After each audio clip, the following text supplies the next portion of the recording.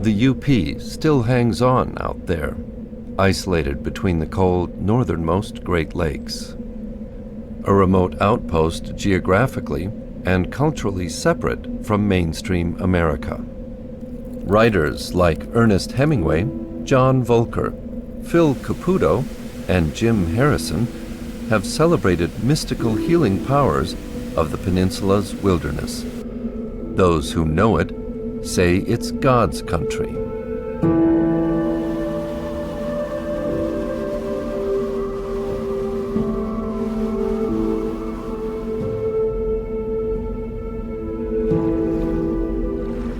The UP is a hard place, but the indigenous Anishinaabe and European immigrants have survived. The psychology of the peninsula people is embedded deep in this ethnic mix. For 2 centuries, America has grown from indigenous peoples and Europeans, as the peninsula dramatically illustrates. The indigenous peoples, Ojibwe, Potawatomi, and Odawa, together called the Anishinaabe, are on 5 reservation communities. Through their drum, stories, foodways, and rituals, the Anishinaabe maintain their traditional cultures.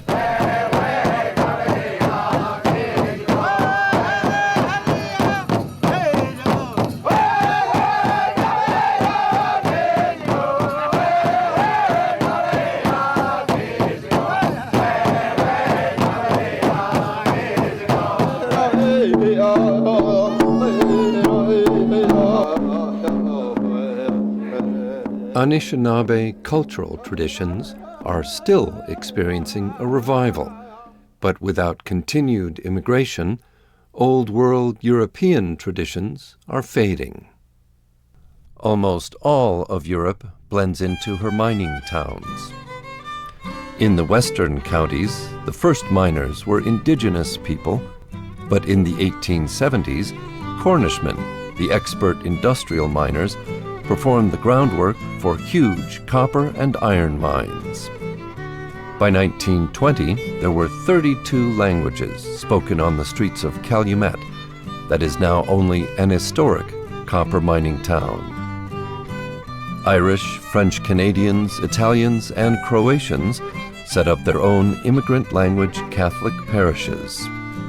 In the northern and western counties, Finnish Americans are the largest of the European ancestry groups. French Canadians settled in the sawmill towns of Lance, Baraga, Chassel, and Lake Linden.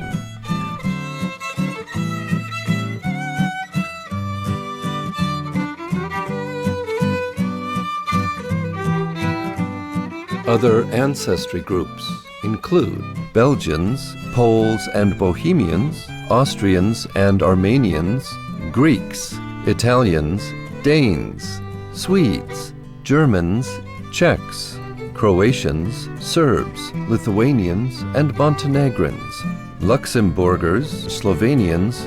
These cultures are interspersed throughout the Upper Peninsula, making a colorful rainbow, and each contributes its own distinctive coloring.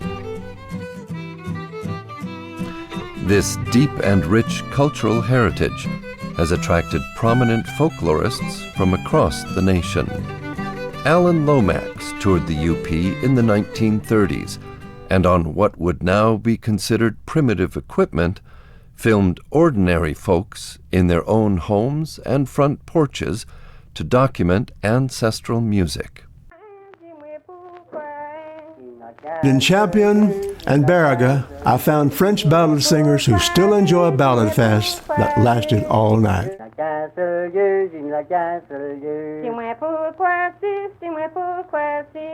Jésus rendu placé au noces de Canossin, livre de Moïse, les 80 valises, les toits de bru, de tristement, il n'y a qu'un seul Dieu, il n'y a qu'un seul Dieu.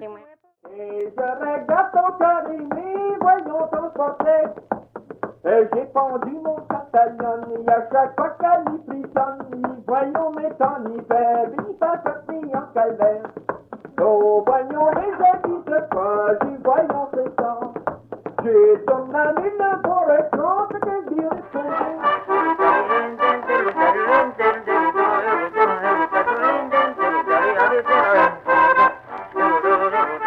It was Alan Lomax who gave us this authentic film portrayal of the early music. Richard Dorson, the great pioneering folklorist who studied the traditions of the Upper Peninsula in the late 1940s, said, "The abundance and diversity I found still stagger me." Professor Jim Leary, a folklorist, has documented the Upper Midwest's diverse musical traditions since the 1970s, leading to many publications and media productions. And Michael Loukinen, a cultural sociologist filmmaker with deep ties to the UP, has made over a dozen documentaries about the Upper Peninsula's traditional cultures, some of which feature ethnic music.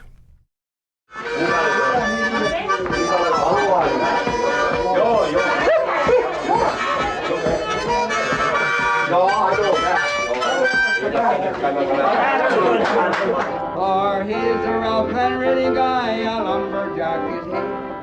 But a rough and ready guy, that's the way he got to be.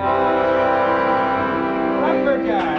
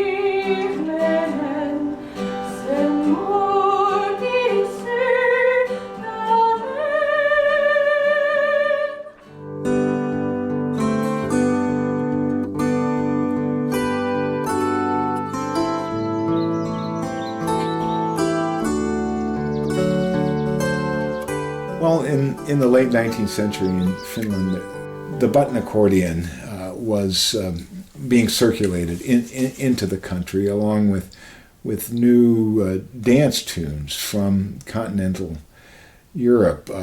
Couple dances, new couple dances, the polka, the waltz, the schottisch or yanka, or sometimes Rhinelander as Finns would call it. And so all of those things were happening at a time when Finns came over to the Copper Country. It wasn't just Finns by themselves. There were Chippewa Indians. There were Cornish and Irish. There were French Canadians.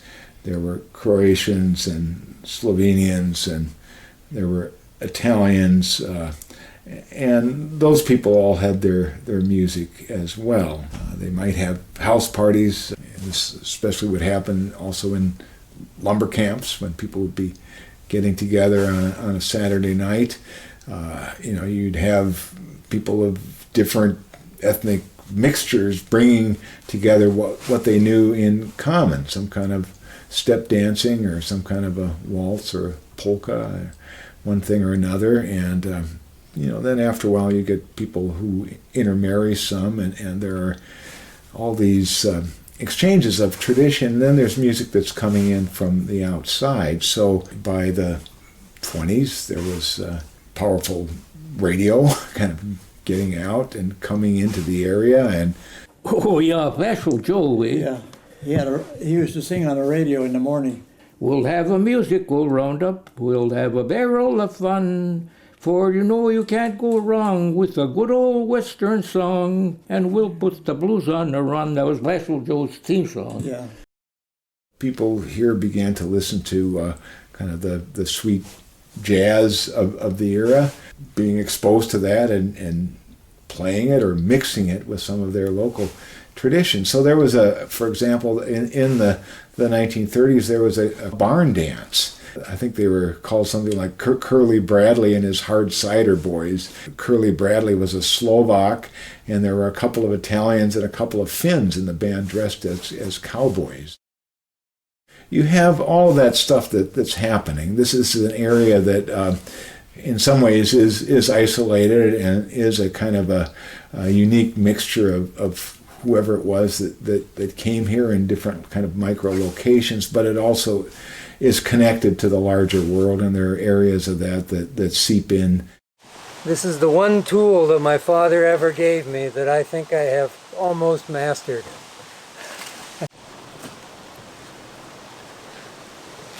Just before the Finns really came in large numbers, the largest foreign-born population in the Keweenaw area were Irish. A lot of Germans. And then there was the big flood of Finns after 1880. The Finns, depending on what their own personal interests were, if it was religion or temperance or progressive politics or whatever, they would form an organization and they would build a hall. That was true all over the immigrant halls. Put up a workers' hall or a temperance hall, or maybe the Italians had a hall where they could play music and get together, or they could have house parties. And at those areas or events, it might be predominantly one ethnic group or another, but musicians are always attracted to other musicians, and so they learn songs and tunes from them. Sometimes they pick up new instrumental techniques or new instruments. And so all of this music, all of their folk music, came together as people started to get to know each other. The Italians, of course, there were no recordings, so all music to be enjoyed had to be produced live. And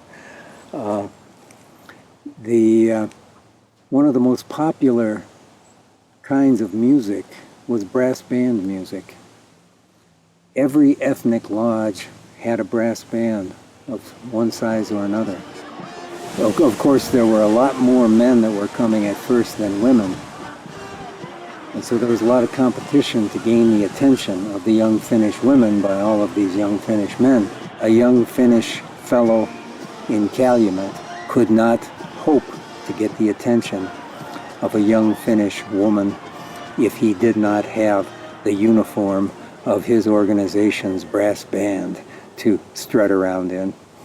One of the things that I noticed when I started searching out the older Finnish-American musicians was that they all loved playing Slovenian polkas.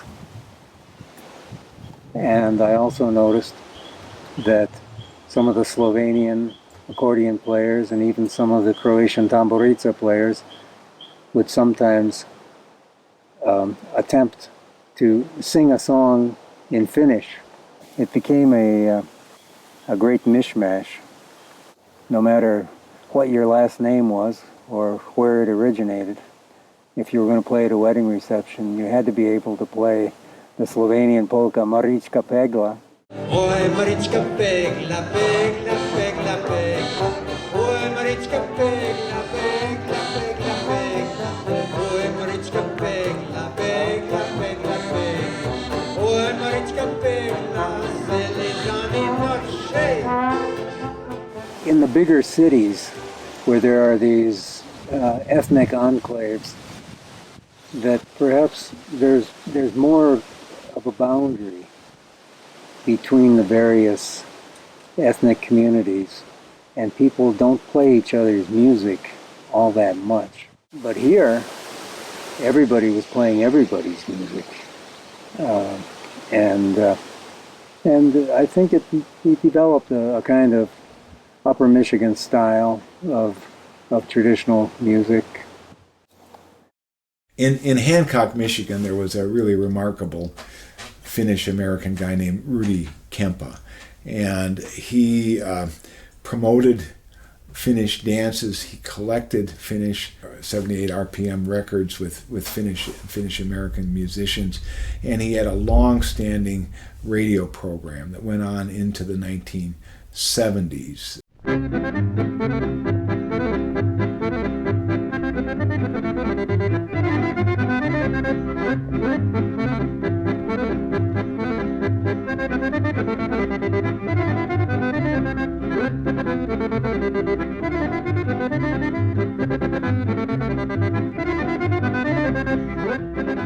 Viola Turpinen was born in 1909 in Champion. Her folks were Finnish immigrants.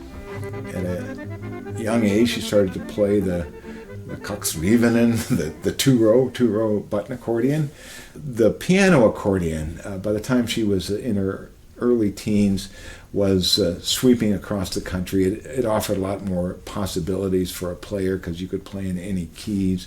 So she began to play that. And when she was a teenager, there was a guy named John or Jukka Rosendahl who came touring through. He had one of these Iltama, one of these kind of variety shows that would go on in Finnish halls, and he was a kind of an impresario, but also a good musician on violin and banjo. While in the Iron River area, he heard Viola Turpinen's playing and was just dazzled by her, and in the early 1920s got permission from her parents for her to go on tour with him, and she was extremely well received.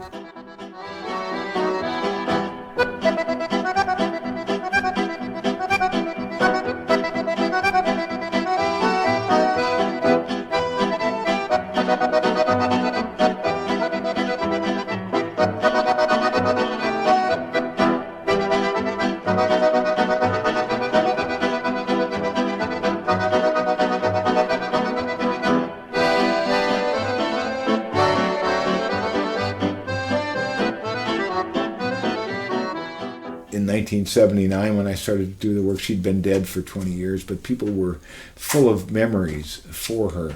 Some said she took a sauna right here, or she always used to come to our house and she liked rice pudding. Others said, I found several people who claimed that either they had an accordion that was hers or that she played an accordion that they had. So she was like a saint of sorts. She remains very much in the memories and the hearts of Finnish Americans.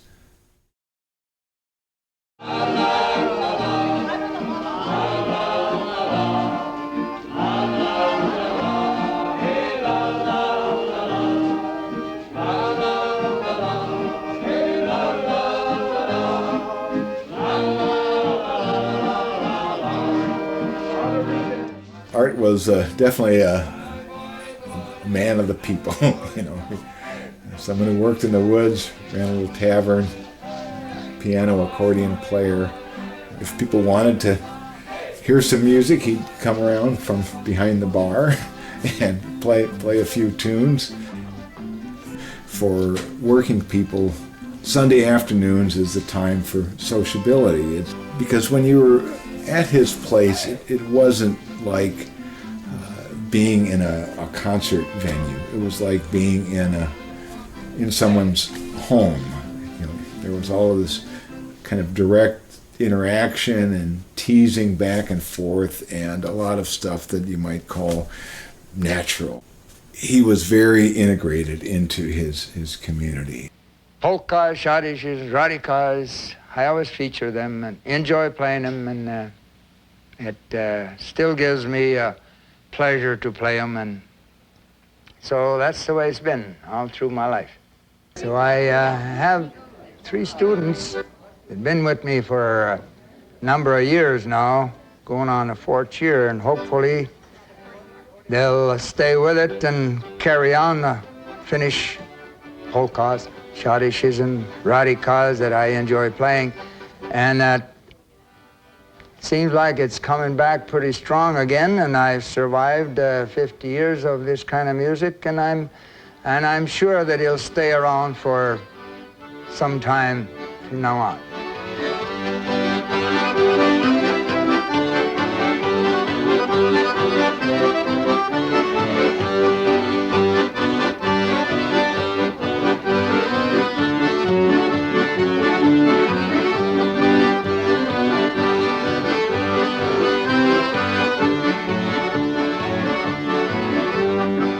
Sunday morning, they gather around the TV and watch the Finland calling, Suomi kutsuu.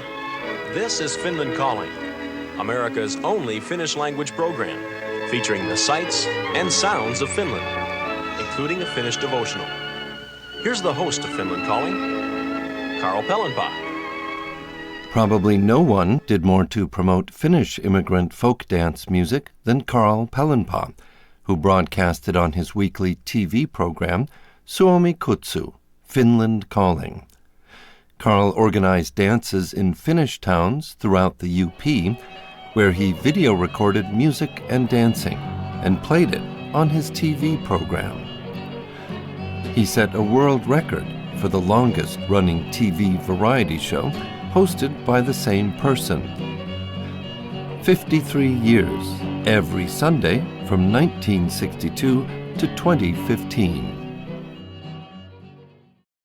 All right, polka time. Let's do it. 1, 2, 3. Someone stole a kishka. Someone stole a kishka. Someone stole a kishka from the butcher shop. Hey, who stole the kishka? Who stole the kishka? Who stole the kishka? Better call a cow. Oren Tikkanen is an amazing contemporary Yooper. You know, his mother is from Missouri. His dad is a Finn from the Upper Peninsula. His dad worked in the mines. You know, he went off to school. Rock and roll was happening. The folk revival was happening. You know, all sorts of musical things were happening. And he was interested in all of those and absorbed them. And he decided to come home, come back to the UP, and instead of being like a lot of folkies from the upper Midwest who look to the South or the West for inspiration, he decided to look around.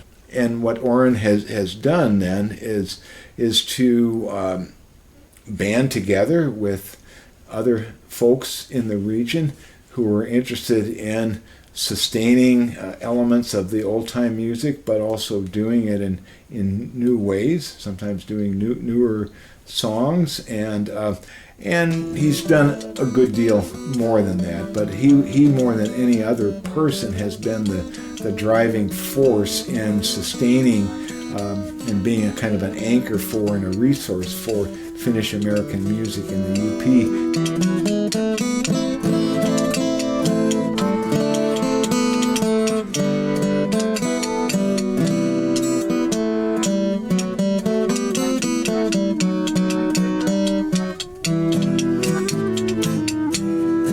There's a network, too, between the Upper Peninsula and Minneapolis and the Iron Range of Minnesota in particular.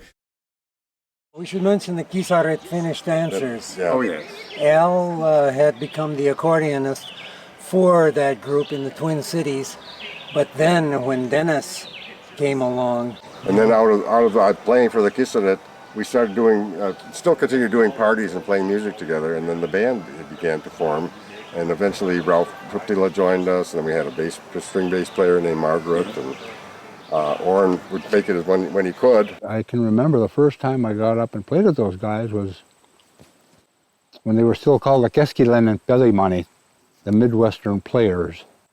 Dennis, Al, Oren, I think Margaret Norling was the bass player with them already, who had been with Kisaret too. So there's all these people go back and forth, or they're in both groups.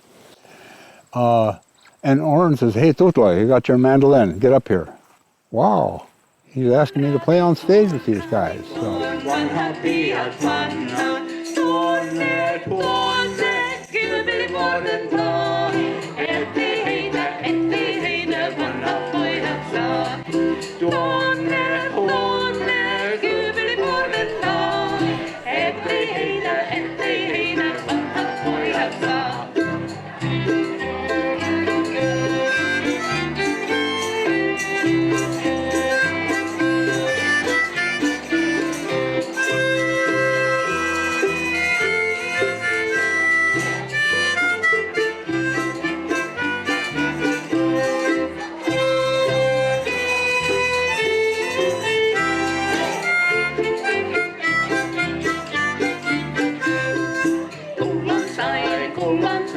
siitä on hyvä mieli. Kunhan sai, siitä on hyvä mieli.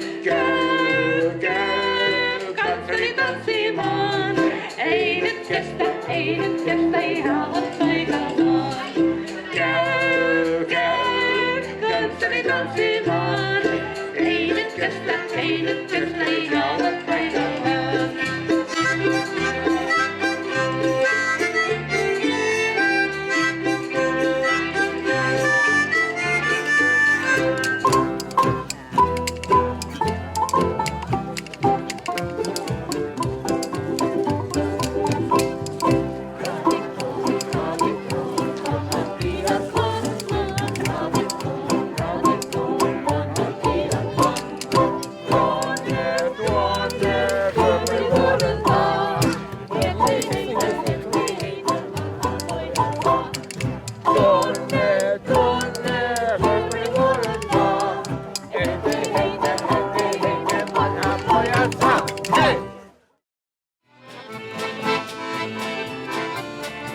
Al is a descendant of Finns on the Iron Range, a great piano accordion player, and he and Oren made a series of wonderful recordings of classic Finnish American tunes.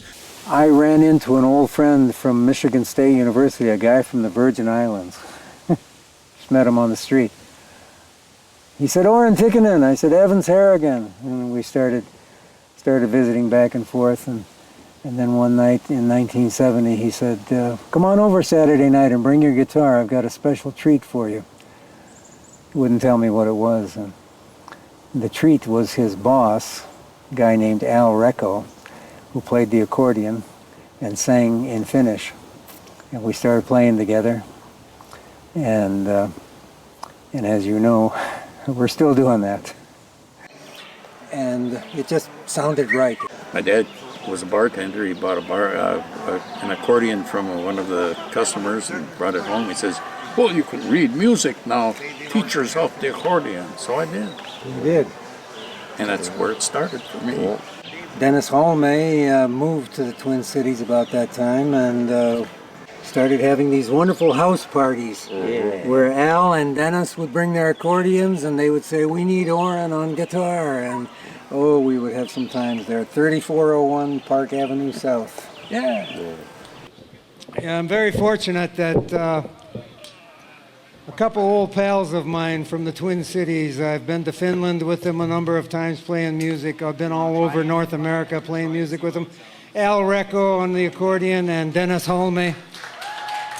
And not only that, but these younger people that I have been forcing to play traditional music. Belinda Matfolk from Dollar Bay, who plays the flute beautifully and does really well on the drums. And Matthew Durocher, Matt Durocher. I'll tell you, if I was one of those church guys, I would say I am blessed. And if I don't say it, you can say it for me.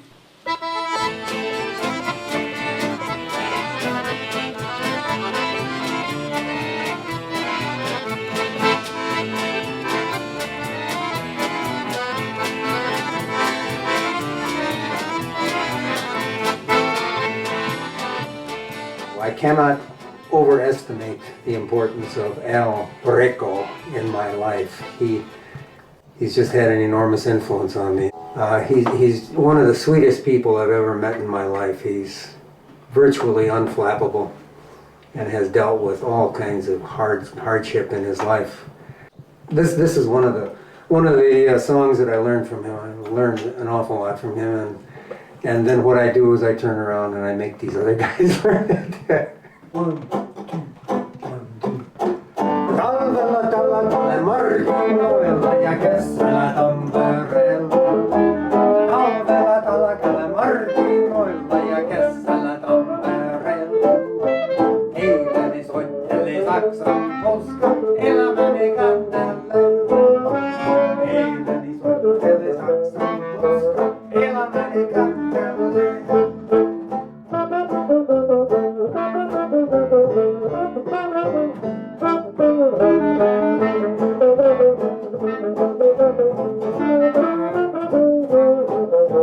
Sul oli hallu halata ja mulla oli siihen taito. Sul oli hallu halata ja mulla oli siihen taito. Kävellä sä heillani harmaissa vaatteissa, kyllä sä mulle ei kelpaat. Kävellä sä heillani harmaissa vaatteissa, kyllä sä mulle ei kelpaat. Se on nyt sama, jos on 100 markkaa rahaa taikka velka. The Ora Community Hall, that dates from the 1920s. There were all those Finns, many of whom were mining families from the Copper Country who bought cheap farmland up there in northern Baraga County. And by the 1920s, they wanted a community hall, and there was somebody that had an old hall in another part of Baraga County that said they could have it if they would dismantle it. And so a crew of community people went and they took that hall apart and they moved it up to where it is now and set it up, and it's still operating as a non-governmental, community-based Finn hall. With the jamboree, it started apparently as a Finnish, more of a Finnish folk music event, but they're all inclusive, so nowadays it's a lot of bluegrass and old-timey, which holds it together and keeps it going, because there would not be enough Finnish music anymore to have a big 2-day festival and such. Okay, let's do it. How fast do you like to do it? This is a move on.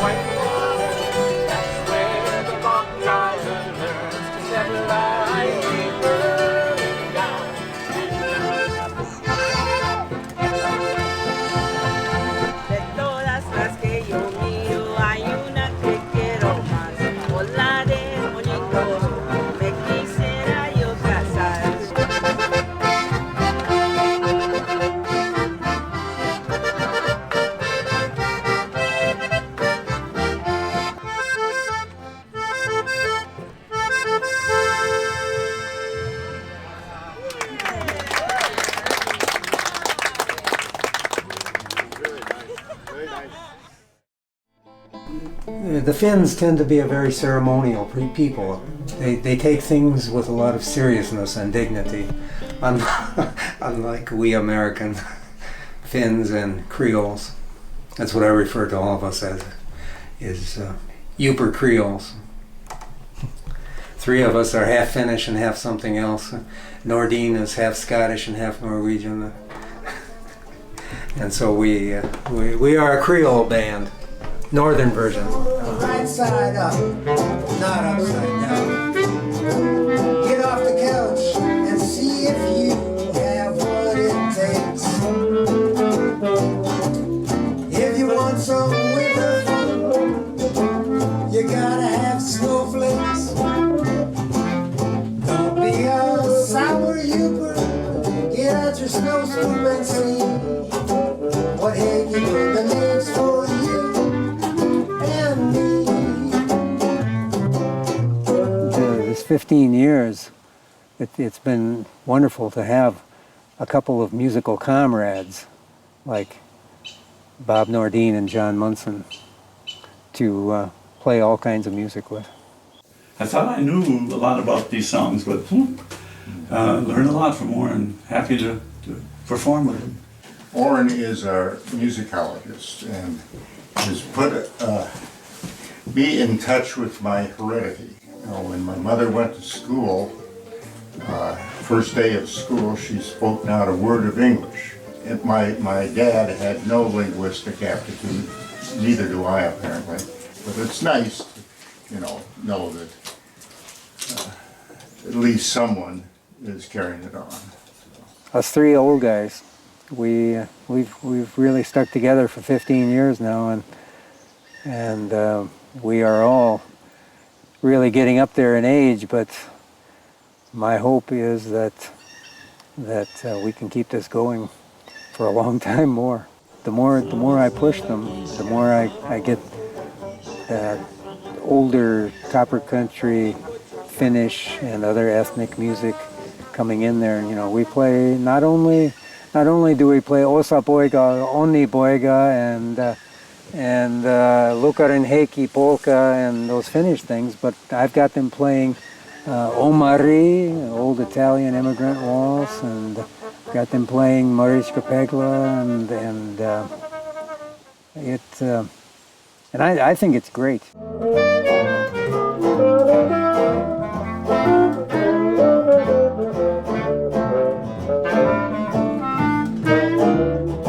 I have explored old recordings from Finland from the 20s and the 30s. I find out that they had these big bands that they called humppa-orkesteri, and they were largely brass and woodwinds and oftentimes a banjo, and they were playing kind of a mix of jazz from that era and along with things and like that story that I tell when we play Oi Emma, that could very well be a true story.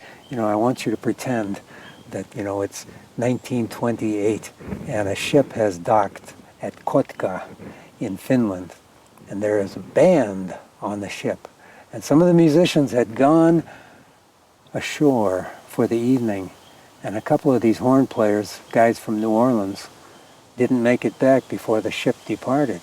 And there they are. They're stranded in Finland. What are they going to do? They have to look around for some gigs, and they have to play what the people want. And they wind up playing Oi Emma with this New Orleans timbre and bluesy wailing. I said, this is the Finnish blues. And then we played that. First time we did that was in Ontonagon. And people were nodding. Afterwards they came up and said, yeah, it does sound kind of like Finnish blues. 1, 2, 3, 1, 2, 3.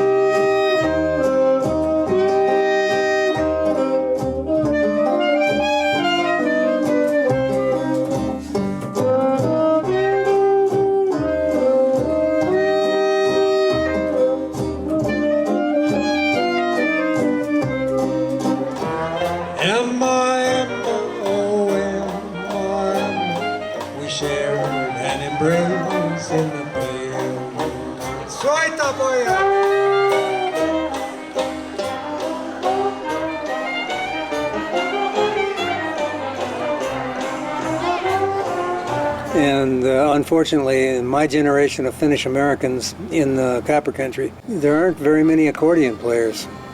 And fortunately for me, Dave loves Finnish music almost as much as he loves French Canadian music. And he even allows me to sing a French song in in his group, the Thimbleberry Band, once in a while. Un mot parmi les hommes, un grand feu de joie, un vieux mot qui résonne, un mot qui dirait tout et qui ferait surtout que la vie nous soit bonne. Dave Bazat, I say to him that we are brothers of different mothers, because even though his family all come from French Canada and I don't have any French background at all, we have so much in common in terms of our interests. You know, French Canadian music has always interested me. The music of Jean Carignan and Philippe Bruno has always really gotten to me. And he, on the other hand, grew up in Chassel amongst all those Finns, and Finnish music is second nature to him. And he was the chairman of the music committee for the 2013 FinFest USA when it was here. Dave Bazat.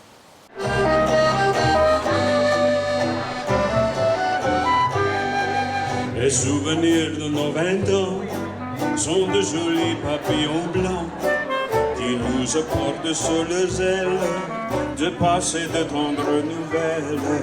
Ils repartent, vont faire un tour, mais ils nous reviennent toujours. Les souvenirs de nos 20 ans sont de jolis papillons blancs. And you know, and then we have Matt DeRocher, who's right in between us, you know, from the next generation.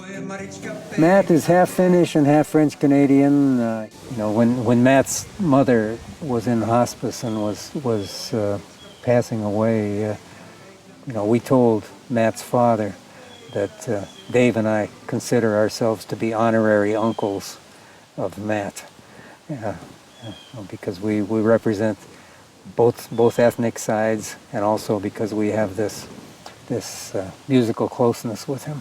Let's have Matt take a chorus.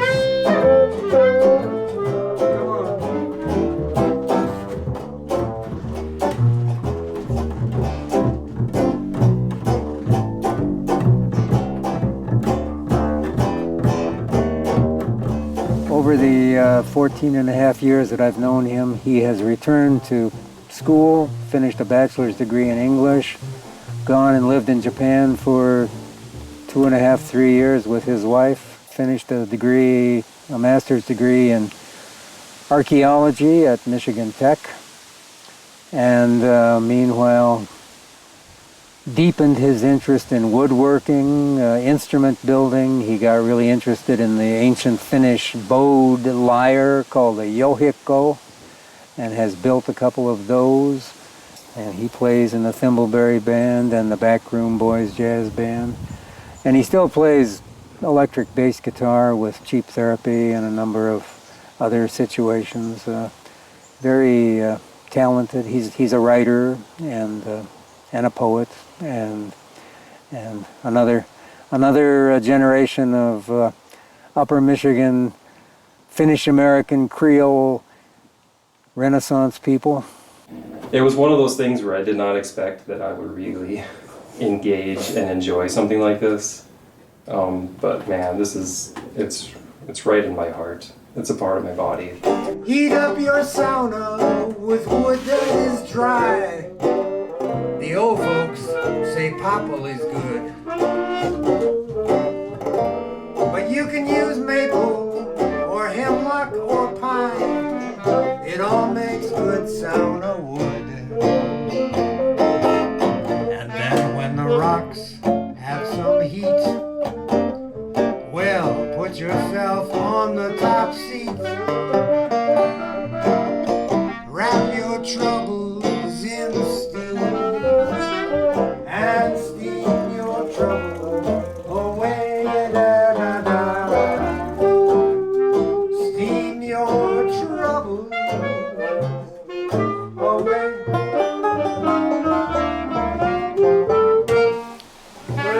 I think what I am is I'm a connector.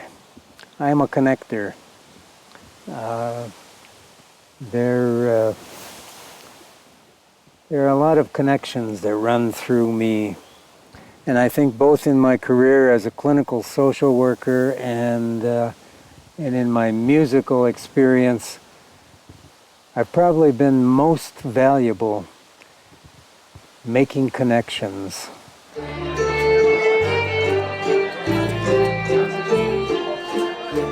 I think that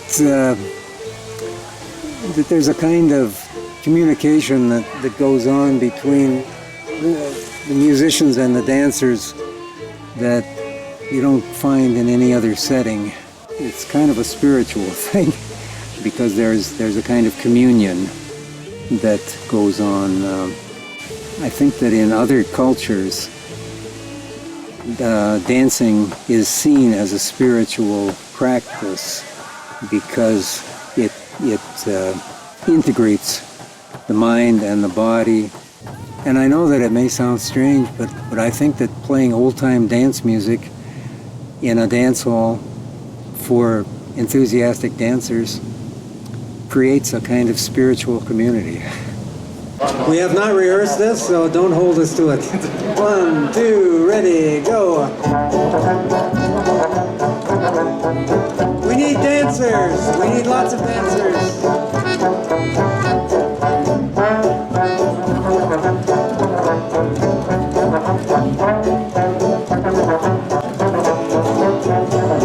Osa poika, onni poika, Jumalan raajuni poika, meitä rippalistooret jehen, tavaraista tallentelle, hei ja äidilläi, äidilläi, äidilläi, hei ja äidilläi, äidilläi, äidilläi.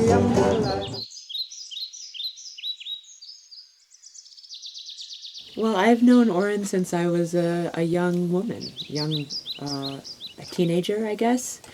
And Oren was friends with my mother, and he would play music, and we would go down to Minneapolis, and there would be these beautiful house parties thrown by some friends of ours, and there would be traditional music played late into the night. And so for me, as a young person, this was just very exciting, and it was fun. And I went to college and I became a music major, which was sort of always something that I had intended to do. And I got really burnt out on academics and classical music. And so I thought, I just really need something to play for fun. And she wanted to know about the English concertina. And I said, well, I happen to have one in my closet. Shall I go and get it? And I did. She took it back to New Haven with her, and within 4 months, she had transferred a lot of her piano skills to the concertina. Immediately, Oren started asking me to play with him on stage, and this was just absolutely terrifying. But after I got over the initial terror of playing an instrument that I didn't know very well out in public, it was a lot of fun to play with Oren. It's very invigorating to have that level of adrenaline on stage, I would say. I just think Oren taught me to be a more well-rounded musician. Rantakoivun alla, Under the Shore Birch. I learned it from Al Recco. I like to play it out here at Anna's place in Jacobsville because she has these beautiful birches hanging over the water next to her sauna. And it is great to take steam and jump in the water and splash around under the shore birch.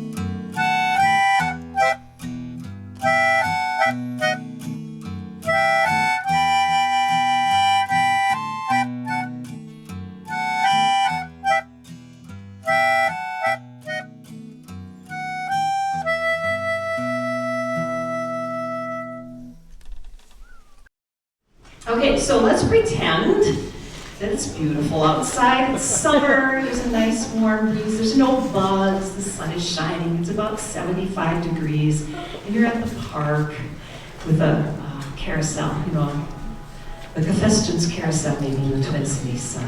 Let's watch the Kiviat, the Piku Kiviat, and the Loistavat do Garuselli.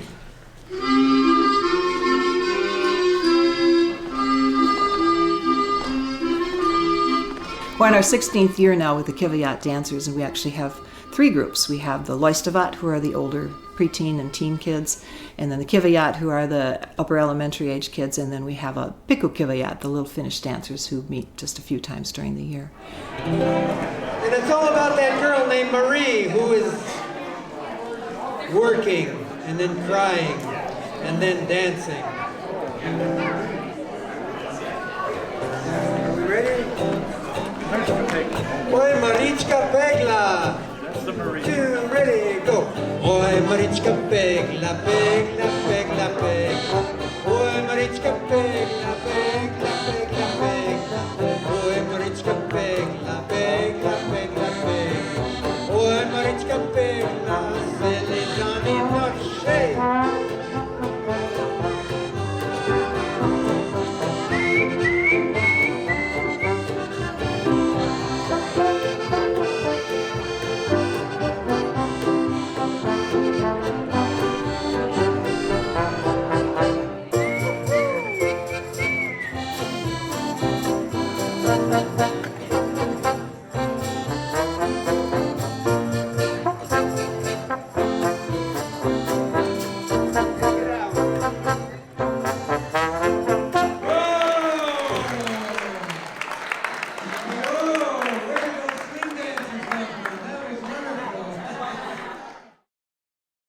I think the music is the part of Finnish tradition that I've always connected to, and I've come to learn, of course, that the music that I grew up loving as a child is probably the music of my grandparents' generation and earlier, and it's been really wonderful to be able to participate in making some of that music with Oren and the other musicians that he plays with. I think that it is the music that I connect to the most in terms of Finnish heritage. That sense of heritage would not really be there with any kind of strength and power were it not for particular people like Oren Tikkanen or Melvin Kangas, or who've made a choice. They didn't have to. They didn't have to go in this direction, but they decided to draw on their Finnish heritage to make something, and not to do it in a moldy antiquarian way, but they do it in a way that draws on and respects the past and invokes it, but also engages with the present and is infused with their own sense of who they are within their larger community. And Henry Glassy, a folklorist, described tradition as that part of the past that we engage in the present with a mind to the future. And another great folklorist, the Swedish folklorist Barbro Klein, who did a lot of work with Swedish Americans, produced a book on folk art, the subtitle, Swedish folk art, the subtitle of which was "All Tradition is Change." So it's a moving target. You have written a tune about Snake River and also about a lady who lives along the Snake River. Yeah, I composed a couple of shadishes, so I thought, well, keep the Snake River name going. I named the first one for Snake River, and the second one for my dear wife, Elsie Shadish. Well, all right, maybe we'd better play those two while Helmer relaxes there.